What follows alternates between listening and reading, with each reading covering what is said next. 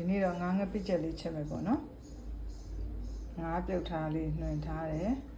ငပိကြိုထားတာကိုစစ်ထားတာပေါ့လေနောက်ပြီးတော့ကြက်သွန်ပြူတွေမျိုးတွေထောင်းအဲဒီမှာကြက်သွန်အနီတစ်လုံးခင်းရီတစ်လုံးဒီနန်းနန်းမင်းငရုတ်သီးစိမ့်လေးတွေပြင်ဆင်ထားတယ်ပေါ့နော်စီရကိုတည်ထားတယ်စီဆူလာနဲ့ထုံးတာတိုင်းစနစ်မုံထည့်မှာပေါ့နော်ဒီကျန်တက်တန်ထက်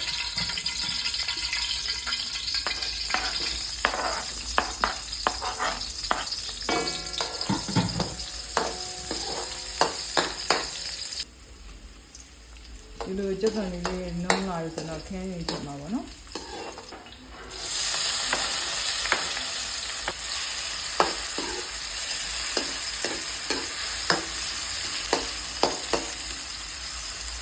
ကြက်သွန်လေးပေါ့နော်ဒီတက်ပါရောဒီလိုခင်းကြက်သွန်လေးနုံးသွားပြီဆိုရင်တော့ကြက်သွန်ပြူငယ်သီးသိမ်းထောင်းထားလေးထည့်လိုက်ပါမယ်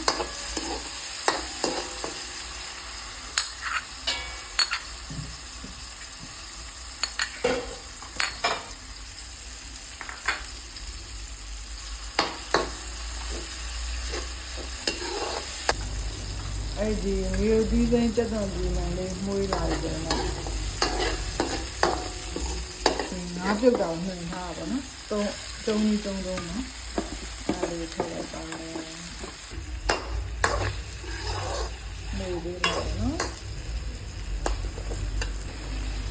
အဲ့လိုငါးလေးကိုနည်းနည်းစီတက်တယ်လို့လုပ်ပြီးသွားရင်ငပိကိုထည့်ပါမယ်ကိုငါးကြည့်န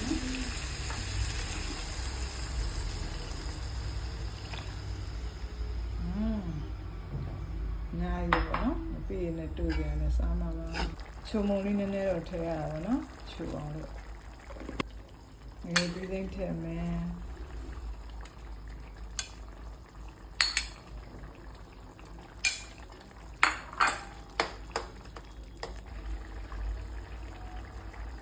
နောက်ဆုံးမှာနည်းနည်းလေး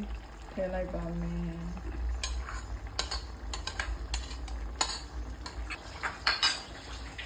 အဲ့ဆိုရင်ငါးနဲ့ငပိနဲ့ချက်တဲ့ငါးငပိချက်လေးရပါပြီရှင်ကဲဒီနေ့တော့စားကောင်းမယ်ရှင်ငါးငပိချက်လေးရယ်ဝတ်သားချက်လေးရယ်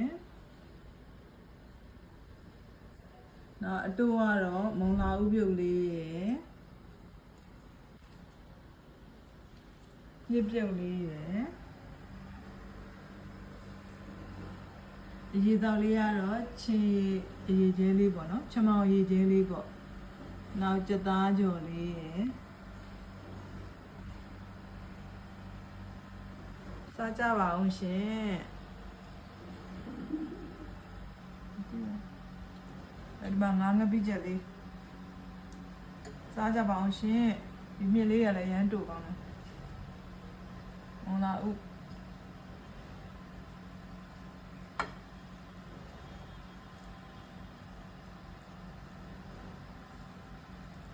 စားကြပါအောင်ရှင်